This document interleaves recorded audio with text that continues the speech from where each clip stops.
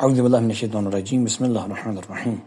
رہبر معظم آیت اللہ سید علی خامنئی کی کتاب قرآن کریم میں اسلامی طرز تفکر کے خد و خال، نویں نشست توحید اسلامی آئیڈیالوجی میں۔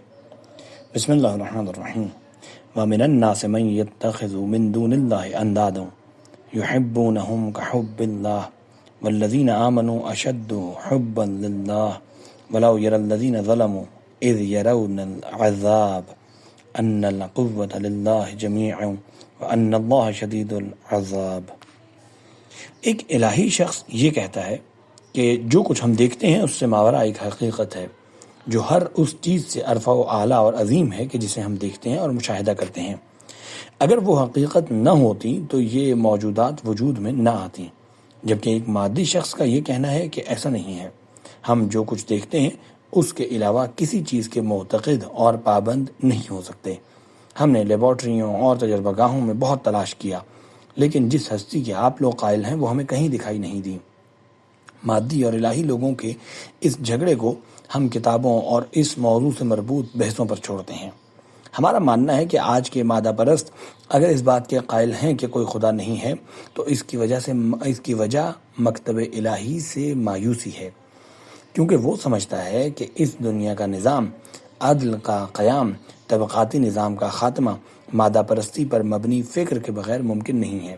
اس وجہ سے وہ مکتب الہی سے دور ہو چکا ہے، ورنہ اسے ضد نہیں ہے یا ایسا نہیں کہ خدا کے وجود پر کوئی قانع کنندہ دلیل نہ ہو، کیونکہ دوسری طرف بھی کوئی دلیل نہیں ہے، نہ ماضی میں تھی اور نہ آج ہے، جو اس بات کو ثابت کرے کہ خدا نہیں ہے۔ ایک شخص بھی ایسا نہیں ہے جو یہ کہے کہ میں ثابت کرتا ہوں کہ اس دلیل کی وجہ سے خدا نہیں ہے۔ اگر کسی کے پاس اس سلسلے میں کہنے کے لیے کچھ ہے تو صرف یہی کہ میرے لیے ثابت نہیں ہوا کہ خدا ہے، میں نے نہیں سمجھا، خدا کے ہونے کے استدلال کو میں نے قبول نہیں کیا، اور قرآن کریم بھی اسی حقیقت کی طرف اشارہ فرما رہا ہے۔ ان ہم الا یظنون، یہ لوگ صرف ظن و گمان کے پیچھے ہیں، ورنہ دلیل کے ساتھ خدا کی نفی نہیں کر سکتے۔ ہمارے زمانے کے مادہ پرست کے بارے میں جو بات ہے اور وہ بڑی پتے اور نقطے کی بات ہے وہ یہ کہ مادہ پرست کا مادی مکتب فکر کی طرف جھکاؤ کی وجہ یہ ہے کہ وہ یہ سمجھتا ہے اس دور میں مادی مکتب بہتر طریقے سے دنیا کو چلا سکتا ہے۔ وہ کہتا ہے کہ مادی مکتب بہتر انداز میں ظلم و ستم اور مفاد پرستی کو جڑ سے اکھاڑ پھینک سکتا ہے، اور دین یہ کام نہیں کر سکتا۔ وہ کیوں یہ کہتا ہے کہ دین یہ کام نہیں کر سکتا؟ اس لیے کہ دین کے بارے میں، دین کے رائج اور معروف معنی و مفہوم کے بارے میں کچھ نہیں جانتا بھی ہے تو صرف اسی حد تک جس حد تک گلی کوچے کے لوگوں کے پاس اس نے روایتی اور تقلیدی دین دیکھا ہے۔ خلاصہ یہ کہ دین کے بارے میں کچھ بھی نہیں جانتا، اسے کوئی خبر اور اطلاع نہیں ہے۔ اگر اسے پوچھا جائے کہ دین کیا ہے تو چند ظاہری چیزوں کا نام لیتا ہے، یہ دین ہے، چونکہ یہ چیزیں بے حس کرنے والی ہیں، چونکہ یہ چیزیں ظلم اور ظالم کے برابر اور مساوی ہیں، چونکہ یہ چیزیں لوگوں کی مشکلات کو حل نہیں کر سکتی، لہذا کہتا ہے کہ دین کو چھوڑیں، یہ کسی کام کا نہیں ہے۔ واضح ہے کہ انسان جب ایسی منطق کا سامنا کرتا ہے تو بہترین اور صحیح جواب یہی ہو سکتا ہے کہ آپ ٹھیک کہہ رہے ہیں۔ اگر آپ نے ایک ایسا دین دیکھا جس نے ظالم کے ساتھ تعاون کیا، ڈکٹیٹر کے ساتھ ساز باز کی، مظلوم کا ایک لمحے کے لیے بھی ساتھ نہ دیا، عوام الناس کی کوئی مشکل بھی حل نہ کی، لوگوں کے حال اور مستقبل کے لیے ذرہ بھر سود مند ثابت نہ ہوا، تو پھر آپ ہماری طرف سے بھی وکیل ہیں کہ اگر آپ نے اس طرح کا دین جہاں بھی دیکھا تو اسے ٹھکرا دیں، اسے ایک لمحے کے لیے بھی قبول نہ کریں، اس لیے کہ دین اگر خدا کی طرف سے ہے تو پھر ایسا نہیں ہو سکتا۔ وہ شخص جو یہ کہتا ہے کہ میں نے دین کو دیکھا ہے کہ وہ انسانی معاشروں کو نہیں چلا سکتا، تو ہم اس سے سوال کرتے ہیں کس دین کو؟ آیا دین اسلام کو دیکھا ہے، سچے اور حقیقی اسلام کو، محمدی وحی کو، علوی حکومت کے طرز زندگی کو؟ کیا ان کو دیکھا ہے کہ یہ انسانوں کے معاملات کو چلانے اور ان کے مسائل کو سلجھانے سے قاصر اور ان کے منافی ہیں؟ آئیں ثابت کریں کہاں قاصر ہیں، کہاں منافی ہیں۔ وہ اسلام جو آخر کار تفریق کا خاتمہ کرتا ہے۔ جس زمانے میں طبقاتی اختلاف عروج پر تھا اس دور میں آ کر طبقاتی اختلاف کی نفی کرتا ہے، غیر منصفانہ طریقے سے تقسیم ہونے والی دولت و ثروت کو واپس لے کر عادلانہ طریقے سے تقسیم کرتا ہے، انسانوں کو برابری کی سطح پر موقع اور سہولیات دیتا ہے، حکومت کو بشری طاغوتوں کے چنگل سے آزاد کروا کے خدا کے عادلانہ اور منصفانہ قانون کے سپرد کرتا ہے۔ ایک پست انسان کو، ایک ذلیل اور حقیر انسان کو، غلامی کی زندگی گزارنے والے انسان کو ایک ایسے انسان کو جو ایک بات کے لیے، ایک شاباش کے لیے، ایک کھوٹے سکے کے لیے بدترین ظلم کا مرتکب ہوتا تھا، ایسے پست اور ذلیل و خوار انسان کی جو اسلام تعظیم و تکریم کرتا ہے، اسے رفعت و بلندی کی طرف لے آتا ہے، اسے عزت و عظمت عطا کرتا ہے، اسے انسانی اور اخلاقی فضائل سے آراستہ کرتا ہے، یہ سب کچھ ایک مضبوط، عادلانہ اور منصفانہ نظام کے سائے میں فراہم کرتا ہے۔ بس اگر آپ کہتے ہیں کہ دین اسلام کی حقیقت میں اسلام ہی حقیقی دین ہے، یہ خصوصیات رکھتا ہے، پھر آپ کہتے ہیں یہ اسلام انسان کی ترقی کے ساتھ، عدل و انصاف کے ساتھ، امن و امان کے قیام کے ساتھ اور انسانی ضروریات کے پورا کرنے کے ساتھ ہم آہنگ نہیں ہے، تو ہم آپ کی اس بات کو تسلیم نہیں کرتے۔ یہ ناانصافی ہے۔ اگر آپ کی یہ مراد ہے تو پھر یہ صحیح نہیں ہے۔ لیکن اگر آپ یہ کہتے ہیں کہ مصنوعی دین، ظاہری دین، جھوٹا دین، ظاہر میں اچھا لیکن باطن میں برا دین، ایسا دین جو ہر جگہ لوگوں کو سستی و کاہلی، ظلم و ستم برداشت کرنے، بدبینی و بدگمانی، انتشار و اختلاف، برادر کشی کی دعوت دیتا ہے، ایسا دین جو غریب سے یہ کہتا ہے کہ اگر تمہارے پاس دولت نہیں ہے، پیسہ نہیں ہے، تو اس کے لیے حصول کے لیے کوشش کرنا تمہارے لیے ضروری نہیں ہے، اور دولت مند اور ثروت مند سے یہ کہتا ہے کہ تمہارے پاس جو مال و دولت ہے اس میں سے کچھ پیسہ فلاں کلیسا یا فلاں مذہبی ادارے کو دے دو، تاکہ اس دولت و ثروت کے حصول میں تم نے دوسروں پر جو ظلم و ستم ڈھائے ہیں ان سب کا کفارہ ادا ہو جائے۔ اگر آپ اس دین کی بات کرتے ہیں تو پھر ہم بھی آپ کے ساتھ ہیں۔ ہم دونوں اس سلسلے میں قرآن کے پیروکار ہیں۔ قرآن کیا کہتا ہے؟ یا ایھا الذین آمنوا ان کثیرا من الاحبار والرہبان لیأکلون اموال الناس بالباطل ویصدون عن سبیل اللہ۔ اے ایمان والو، بہت سے یہودی اور عیسائی عالم اور زاہد ناحق لوگوں کا مال کھاتے ہیں۔ لیأکلون، اس پر بھی اکتفا نہیں کرتے، ویصدون عن سبیل اللہ، لوگوں کی ترقی اور کمال کا راستہ بھی کاٹتے ہیں۔ ہم بھی اس سلسلے میں آپ کے ساتھ ہم آواز ہیں۔ جو دین اس طرح کا ہو وہ در حقیقت دین نہیں ہے۔ بس یہ عقیدہ توحید کے سلسلے میں بطور خلاصہ چند کلی باتیں تھیں۔ اسلامی تفکرات اور افکار و نظریات کے سلسلے میں چند مسائل ایسے ہیں کہ جنہیں سب کو جاننا چاہیے، سب کو سمجھنا چاہیے۔ ان میں سے ایک مسئلہ یہ ہے کہ میں کہتا ہوں، اے علماء کرام، جب آپ توحید کی بحث کرتے ہیں تو اسے ایک علمی، فکری، ذہنی اور عقلی سوال کے خشک اور سادہ جواب کے طور پر پیش نہ کریں، بلکہ ایک مسئلے کے طور پر پیش کریں جس کا جاننا اور نہ جاننا انسانوں کے لیے زندگی کا مسئلہ ہے، جس کا تعلق ان کی سرنوشت اور تقدیر سے ہے۔ میں ابھی اس کی وضاحت کرتا ہوں۔ جس طرح عام اور معمولی لوگ یا معاشرتی طور پر بیکار اور غیر ذمہ دار لوگ توحید کو پیش کرتے ہیں، وہ اس سے کہیں مختلف ہے کہ جس طرح ایک ذمہ دار شخص کے لیے توحید کا مسئلہ پیش کیا جانا چاہیے۔ ایک فرض ناشناس اور غیر ذمہ دار شخص توحید کو اس طرح پیش کرتا ہے کہ کیا خدا ہے یا نہیں ہے؟ اچھا، اب اگر ہے تو کیا کریں؟ اگر نہیں ہے تو کیا کریں؟ اس کا زندگی پر کیا اثر ہے؟ اجتماعی اور معاشرتی نظام میں کیا تبدیلی لا سکتا ہے؟ اگر خدا ہو تو فلاں بڑی طاقت یا فلاں سپر پاور کے سرمایہ دارانہ نظام کا کیا حال ہوگا؟ فلاں ملک میں جو صدر بنا ہے اگر وہ خدا کا معتقد ہو تو کیسے عمل کرے گا؟ اگر اس کا خدا پر عقیدہ نہ ہو تو کیسے عمل کرے گا؟ کیا کوئی فرق پڑے گا؟ وہ خدا شناس اور وہ خدا پرست کہ جس کا خدا کو قبول کرنا کارٹیلوں، ٹرسٹوں، سرمایہ داروں اور نسلی تفریقی اور طبقاتی نظام میں کوئی فرق پیدا نہ کر سکے، تو ایسی خدا پرستی اور توحید کے ایسے عقیدے کا ہمیں کوئی فائدہ نہیں ہے، اس کا کوئی اثر نہیں ہے۔ اس کا کیا فائدہ کہ فلاں ملک فلاں سیاسی رہنما خدا پر عقیدہ رکھتا ہے، جبکہ اس کی خدا پرستی صرف ایک خشک ذہنی سوال کے جواب تک محدود ہے، نہ کہ اس سے بالاتر تر۔ ایک سیاسی رہنما کے لیے، عام آدمی کے لیے، ایک معاشرے کے لیے، ایک قوم کے لیے، ایک ملت کے لیے، ایک آبادی کے لیے، ایک گروہ کے لیے خدا پرست ہونا اور موحد ہونا اس وقت مؤثر ہے، مفید ہے، ضروری ہے، زندگی ساز ہے کہ جب توحید کو اس کے آثار اور نتائج کے لیے، اس چیز کے لیے جو توحید پر مرتب ہوتی ہے، اس نظام کے لیے جو توحید تجویز کرتا ہے، زندگی ایک مشکل کے لیے جو توحید چاہتی ہے ان چیزوں کے لیے توحید کو پیش کریں، سمجھیں اور درک کریں۔ ہماری نظر میں یہ بہت اہم مسئلہ ہے۔ عام طور پہ ہم یہ سمجھتے ہیں کہ توحید ایک ایسی چیز ہے جو صرف ذہن اور دماغ میں واضح ہونی چاہیے، مسلم ہونی چاہیے۔ جب عملی زندگی کی بات ہو تو وہاں توحید کا کوئی اثر نہیں ہوتا۔ اگر کوئی اثر ہو بھی تو صرف ذاتی زندگی میں ہوتا ہے، اجتماعی زندگی میں نہیں ہوتا۔ میں اگر موحد ہوں تب بھی وہی سرمایہ، وہی گاڑی، وہی کمپنی، وہی کارخانہ، مزدوروں کے ساتھ وہی سلوک، زمین کے ساتھ وہی تعلق جو موحد نہ ہونے کی صورت میں ہوتا ہے۔ وہ توحید کہ جس کی طرف اسلام دعوت دیتا ہے، وہ توحید ایک سوال کے جواب کی حد سے کہیں بالاتر ہے۔ بس وہ توحید کیا ہے؟ اسلامی توحید الہام ہے حکومت کے سلسلے میں، اجتماعی اور معاشرتی روابط اور تعلقات کے سلسلے میں، معاشرے کی پیش رفت کے بارے میں، معاشرے کے اہداف و مقاصد کے بارے میں، لوگوں کی ذمہ داریوں کے سلسلے میں، ان ذمہ داریوں کے سلسلے میں جو انسانوں پر خدا کی نسبت، ایک دوسرے کی نسبت، معاشرے کی نسبت اور کائنات کی دوسری مخلوقات کی نسبت عائد ہوتی ہیں۔ توحید یہ ہے۔ توحید اسلامی وہی الف ہے کہ جس کے بعد بے آتا ہے اور پے آتا ہے اور جیم، یہاں تک کہ یا آتا ہے۔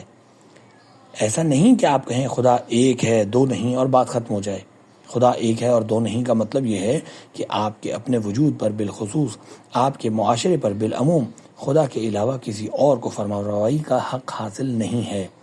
خدا ایک ہے اور دو نہیں ہے کا مطلب یہ ہے کہ آپ کے پاس جتنی دولت و ثروت ہے اور اسی طرح دوسرے لوگوں کے پاس جو مال و دولت ہے وہ سب خدا کا ہے۔ آپ کو عاریتاً یہ سب کچھ دیا گیا ہے، آپ کی حیثیت صرف امانت دار کی ہے۔ اب کون موحد بننے کے لیے تیار ہے؟ آپ کے پاس یہ پیسہ امانت ہے اور بس عاریتاً آپ کے ہاتھوں میں ہے۔ دیکھیں جناب، اگر آپ کے پاس آپ کے دوست کا مال امانت ہو تو آپ کیا کریں گے؟ انتظار کریں گے۔ اگر وہ کہے کہ اس میں سے 10 روپے، 10,000 اس بچے کو دے دیں، اس بوڑھے کو دے دیں، اس پرائے اور اجنبی کو دے دیں، اس اپنے قریبی کو دے دیں، اس میں سے 10,000 فلاں صندوقچی میں ڈال دیں، 10,000 کو سرے سے آگ لگا دیں، مالک کی تحریر کے منتظر رہیں گے۔ کیا ایسا نہیں ہے؟ کیا آپ سمجھتے ہیں کہ اس امانت میں آپ کا کوئی حق ہے؟ آپ اس کے مالک ہیں۔ المال مال اللہ جعلہ ودائعہ عند خلقہ۔ مال کو خداوند متعال نے بطور امانت انسانوں کے سپرد کیا ہے۔ یہ توحید کا لازمہ ہے۔ اگر آپ توحید کے قائل ہوں تو پھر معاشرے میں طبقاتی اختلاف اور اونچ نیچ کا کوئی معنی نہیں بنتا، اصولاً کوئی معنی نہیں بنتا۔ جس معاشرے میں اونچ نیچ ہو، ادنا و اعلیٰ کا مسئلہ ہو، وہ معاشرہ توحیدی معاشرہ نہیں ہے۔ توحید تو یہ کہتی ہے کلکم من آدم و آدم من تراب، سب آدم کی اولاد ہیں اور آدم مٹی سے ہیں۔ آپ کے خدا کے نزدیک ہونے اور دوسروں سے برتر ہونے کا معیار صرف تقویٰ ہے اور بس۔ جو جس قدر زیادہ خدائی فرامین کا خیال رکھے اور اطاعت کرے وہی بلند و برتر ہے، وگرنہ ایک ایسا معاشرہ جس میں تفریق اور اونچ نیچ کے ہزاروں اسباب موجود ہوں۔ آپ کہتے ہیں جناب فلاں اس شخص اس طرح ہے، وہ کہتا ہے تو کیا ہوا، وہ اشرافیہ میں سے ہے، اس کی بات ہی اور ہے۔ ایک ایسا معاشرہ جس میں اشرافیہ و غیر اشرافیہ، ادنا و اعلیٰ، ایک ایسا معاشرہ جس میں لوگوں کے مالی حالات ایک دوسرے سے بہت زیادہ مختلف ہوں، جس کے پاس وسائل ہیں وہ انہیں اپنا حق سمجھتا ہو، ایک ایسا معاشرہ جس میں بندگان خدا باہم برابر نہ ہوں بلکہ بعض دوسروں کے غلام ہوں، تو ایسے معاشرے میں توحید نہیں ہے۔ جب توحید ایک معاشرے میں آتی ہے تو پھر سب انسان مساوی ہو جاتے ہیں، ایک ہی صف میں کھڑے ہو جاتے ہیں۔ یعنی کیا مطلب؟ مراد یہ کہ سب خدا کے بندے بن جاتے ہیں۔ جیسا کہ کل کہا تھا کہ کائنات کی موجودات و مخلوقات، انسان وغیرہ سب خدا کے سامنے مغلوب و مقہور اور اس کے بندے ہیں۔ اس کی عبودیت میں سب شریک اور باہم مساوی ہیں۔ یہ بات کل تفصیل سے بیان کی تھی۔ کوئی شخص اور کوئی چیز بھی بیٹے، بیٹی، بیوی اور ہم مرتبہ و ہم شان ہونے کے عنوان کے تحت خدا کی عبودیت کے دائرے سے باہر نہیں ہیں۔ عبودیت کے دائرے میں اس بات کا کوئی معنی ہی نہیں ہے کچھ بندے بعض دوسرے بندوں کی گردن میں غلامی کی زنجیر ڈالیں۔ اصولی طور پر اس کا کوئی معنی نہیں بنتا۔ خدا کی بندگی غیر خدا کی بندگی سے آزادی کے معنی میں ہے۔ یہ دونوں یعنی خدا کی بندگی اور غیر خدا کی بندگی کبھی اکٹھے نہیں ہو سکتے۔ ممکن نہیں ہے کہ کوئی خدا کا بندہ بھی ہو اور غیر خدا کا بندہ بھی ہو۔ خدا کی بندگی یعنی خدا کے علاوہ ہر کسی اور ہر چیز کی عبودیت و بندگی سے آزادی۔ جب ایک انسان اسلام لے آیا تو پھر ہر چیز اس کے لیے مقدمہ ہے، وسیلہ ہے۔ کس لیے؟ کس کا وسیلہ؟ وسیع و عریض کائنات، موت کے بعد کی دنیا کی بات نہیں کر رہا، وسیع و عریض کائنات تک پہنچنے کا وسیلہ ہے خود انسان کی فکر و نظر کی طرح، جو خدا کی طرح وسیع و عریض ہے اس دنیا تک رسائی کا۔ سب چیزیں انسان کے لیے وسیلہ ہیں تاکہ انسان خدا کی رضا کو حاصل کر سکے۔ دنیا کی زندگی، دنیا کی دولت و ثروت، دنیا کی آسائش، دنیا کی محبتیں اس کے لیے کوئی وقعت اور قدر و قیمت نہیں رکھتی۔ اس وقت اس کے لیے قدر و قیمت رکھتی ہیں جب خدا کے راستے میں ہوں، فی سبیل اللہ۔ لیکن اگر یہ محبت، یہ مال، یہ مقام و مرتبہ، یہ منصب، یہ عہدہ، یہ زندگی، یہ اولاد، یہ عزت و آبرو، یہ حیثیت خدا کے راستے میں اور ذمہ داریوں کے راستے میں نہ ہوں تو اس کے لیے کوئی اہمیت اور قدر و قیمت نہیں رکھتی۔ اسلامی طرز تفکر میں دنیا و آخرت ایک دوسرے سے جڑی ہوئی ہیں، اور ایک مسلمان کے لیے دنیا انجام و اختتام نہیں ہے۔ وہ شخص جو بندوں کا بندہ اور ناقص موجودات و مخلوقات کا بردہ اور غلام ہے، اس کی نظر میں دنیا محدود ہے، لیکن اس کے لیے دنیا وسیع ہے۔ موت ایک دروازہ ہے، جب آپ اس دروازے سے دیکھتے ہیں تو آپ کو دوسری طرف باغات، گلستان اور کئی دنیایں اور جہان نظر آتے ہیں۔ لہٰذا وہ یہ سمجھتا ہے کہ زیادہ سے زیادہ یہی ہے کہ اس دروازے تک پہنچ جائیں، اس دروازے سے گزر جائیں۔ موت اس کے لیے اہمیت نہیں رکھتی، موت اس کے لیے کوئی مسئلہ نہیں ہے۔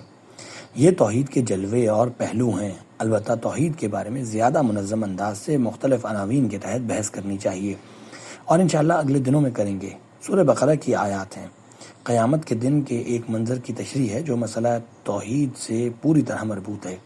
آیت کی تلاوت کے دوران میں یہ بات زیادہ واضح ہو جائے گی۔ سورہ بقرہ آیت 125 سے 127، وَمِنَ النَّاسِ مَن يَتَّخِذُ مِن دُونِ اللَّهِ أَندَادًا، لوگوں میں سے کچھ ایسے ہیں جو اللہ کے علاوہ دوسروں کو اس کا مثل، ہم پلہ اور رقیب قرار دیتے ہیں، یعنی انسانوں یا غیر انسانوں میں سے بعض کو خدا کا شریک قرار دیتے ہیں۔ یحبونہم کحب اللہ، ان سے ایسی محبت کرتے ہیں جیسی محبت خدا سے کی جانی چاہیے۔ یہیں پر آیت ایک بریکٹ کھولتی ہے، اس لیے کہ محبت کے بارے میں بات نہیں کر رہی تھی، لیکن چونکہ خدا کی نسبت ان کی محبت کی بات ہوئی تو گویا آیت ایک بریکٹ کھولتی ہے، جملہ معترضہ کی طرح فرماتی ہے، والذین آمنوا اشد حبا للہ، لیکن جو لوگ ایمان لائے یعنی سچے اور حقیقی مومن ہیں، وہ ان ظاہری جلووں سے زیادہ اللہ سے محبت کرتے ہیں۔ سب جھوٹے خداؤں سے، نفس و شہوت کے خدا سے لے کر ان خداؤں تک جو معاشرے میں اونچے مقامات پر فائز ہوتے ہیں، انہیں بڑے عہدوں پر بٹھایا جاتا ہے۔ ان سب سے بڑھ کر مومن کے نزدیک اللہ محبوب ہو جاتا ہے۔ والذین آمنوا اشد حبا للہ ولو یری الذین ظلموا اذ یرون العذاب ان القوة للہ جمیعا۔ اچانک خدا بات کا رخ قیامت کے ایک منظر کی طرف موڑ دیتا ہے، خدا کے اچھے اور برے بندے سب اکٹھے ہیں۔ اچانک ظالم اور ستمگر دیکھیں گے کہ قیامت کے دن ساری طاقت و قدرت خدا کے اختیار میں ہے۔ انتہائی عجیب چیز ہے۔ لمن الملک اليوم للہ الواحد القہار۔ اس منظر کو دیکھتے ہیں، چاہے وہ ظالم جو دوسروں پر ظلم کرتا ہے، چاہے وہ ظالم جو اپنے آپ پر ظلم کرتے تھے، اپنے آپ کو اس پہلی قسم کے ظالموں کا غلام بنا رکھا تھا، جب نظر اٹھائیں گے تو دیکھیں گے کہ عجیب ہے، یہاں تو سارا کر و فر، سارا جاہ و حشم، سب غرور و تکبر، سارے دعوے، سارے محلات، ساری زندگی، سب کچھ بیکار ہے، کوئی کچھ بھی نہیں کر سکتا۔ اس وقت وہ منظر بڑا عجیب منظر ہے۔ آپ دو گروہوں کو نظر میں لائیں، ایک گروہ نے دوسرے گروہ کی عبادت کی، یعنی اطاعت کی، بلا چون و چرا اطاعت کی۔ یہ دونوں گروہ قیامت کے دن ایک دوسرے کے مقابلے میں کھڑے ہوں گے، باہم نزاع اور جھگڑا کریں گے۔ وَلَوْ يَرَى الَّذِينَ ظَلَمُوا إِذْ يَرَوْنَ الْعَذَابَ، اگر دیکھتے ہیں وہ لوگ کہ جنہوں نے ظلم کیا، یعنی اس ظلم کا غیر خدا کے سامنے سر تسلیم خم کرنے اور بلا چون و چرا اطاعت کرنے کا معنی کیا ہے، اور اس سلسلے میں بعض قدیمی شیعہ مفسرین کی پیروی کی ہے۔ اگر دیکھتے وہ لوگ کہ جنہوں نے غیر خدا کے سامنے سر تسلیم خم کیا، جب عذاب کا مشاہدہ کریں گے تو کیا دیکھتے ہیں؟ ان القوۃ للہ جمیعا، یہ کہ طاقت و قدرت مکمل طور پہ خدا کے لیے ہے۔ وان اللہ شدید العذاب، اور یہ کہ خدا کا عذاب سخت اور خوفناک ہے۔ اگر دیکھتے تو کیا ہوتا؟ اس کا جواب مقدر ہے، تو بلا شک اپنے عمل اور کردار سے پشیمان ہو جاتے، پشیمان ہوتے کہ ہم دنیا میں کس طرح دست و گریبان رہے، جا کر ایسے ظالموں کے بردے اور غلام بن جاتے تھے جو آج قیامت کے دن اس طرح بے وقت اور بے حیثیت ہیں، ان سے کچھ بھی نہیں بن پاتا۔ اگر عبرت کی نگاہ سے دیکھتے تو انہیں پتہ چلتا کہ وہ دنیا میں بھی اسی طرح بے وقت ہیں۔ اذ تبرأ الذین اتبعوا من الذین اتبعوا ورعوا العذاب، جب پیشوا اور مقتدا اپنے پیروکاروں اور ماننے والوں سے اظہار برات و بیزاری کریں گے، ورعوا العذاب، اور خدا کے عذاب کو دیکھیں گے، تو اس وقت مثلاً یزدگرد کہے گا پروردگارا بار الہ، یہ لوگ کہ جنہیں تو دیکھتا تھا کہ میرے زمانے میں میری بندگی کرتے تھے، میں ان سے بیزار ہوں۔ یہ نہ سمجھنا کہ میں اس بات پر ان سے خوش ہوں کہ یہ مجھے تیرا شریک قرار دیتے تھے، یہ غلط کرتے تھے جو مجھے تیرا شریک ٹھہراتے تھے، میں ان سے بیزار ہوں۔ اب دیکھیں کہ یزدگرد کی رعایا کا دل کس طرح جلے گا۔ ہم نے اس اپنی دنیا و آخرت کو اس کمینے شخص کے حوالے کر دیا تھا، اب یہ قیامت کے دن ہم سے اظہار برات کر رہا ہے۔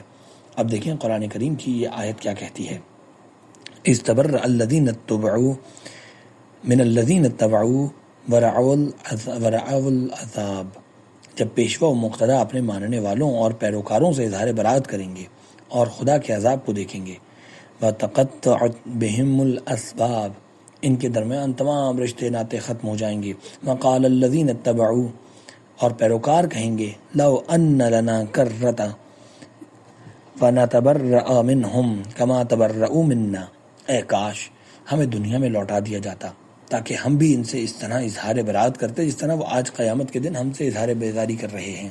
كَذَلِكَ يُرِيهِمُ اللَّهُ أَعْمَالَهُمْ حَسَرَاتٍ عَلَيْهِمْ، اسی طرح خدا ان کے اعمال کو ان کے لیے مایہ حسرت و افسوس بنا کر انہیں دکھائے گا۔ وَمَا هُمْ بِخَارِجِينَ مِنَ النَّارِ، اور وہ ہرگز جہنم کی آگ سے باہر نکلنے والے نہیں ہیں۔ اس آیت میں جو مطلب ہمارے مد نظر تھا وہ یہ تھا کہ جو لوگ وہاں سزا بھگت رہے ہیں وہ غیر خدا کی عبودیت و بندگی کی سزا جھیل رہے ہیں، اس بات کی سزا بھگت رہے ہیں کہ وہ غیر خدا کے بندے اور غلام بن گئے تھے، یعنی غیر توحید اور توحید کے برعکس ایک اور چیز۔ حالانکہ قرآن کریم کی تعبیر کیا ہے، اتبعوا، پیروی کرنے والے اور پیچھے چلنے والے۔